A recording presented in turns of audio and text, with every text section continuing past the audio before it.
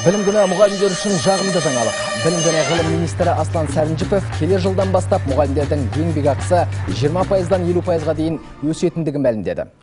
Ұстаздар үшін жағымды жаңалық. Бүгін білім және ғылым министрі елордадағы алғашқы қоңырау шарасына қатысқанда қос тілде сабақ беретін мұғалімдердің жалақысы көбейтілетінін айтты. В этом году мы разработаем.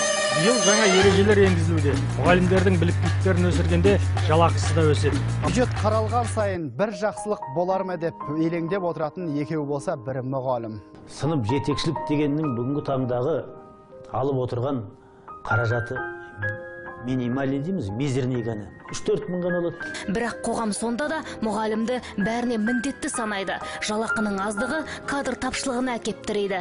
16 жылдың 1 қаңтарынан бастап мұғалімдердің жалақысы орташа алғанда 31%-ға өсіп 98.474 теңгені құрады.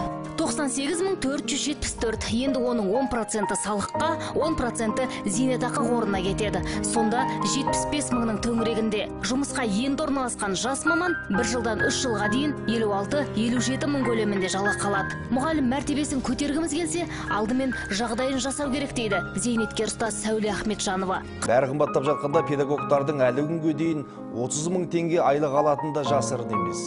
Асхан Алматыда жүріп таяқ жесе, шымкенттік ұстаздар шіріген картоп жей жаздады. Жалақының орнына жергілікті белсенділер шіріген картоп үлестірді. Әкеменде 20 килограмм, мағанда 20 килограмм, 40 килограмм картошка беріп қойды.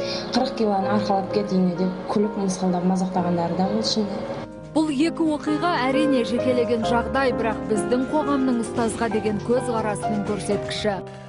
Дәл қазір балаңыз не істеп отыр? Сізбен бірге теледидарға телміріп, я компьютер алдында немесе планшет шұқылап отыр ма?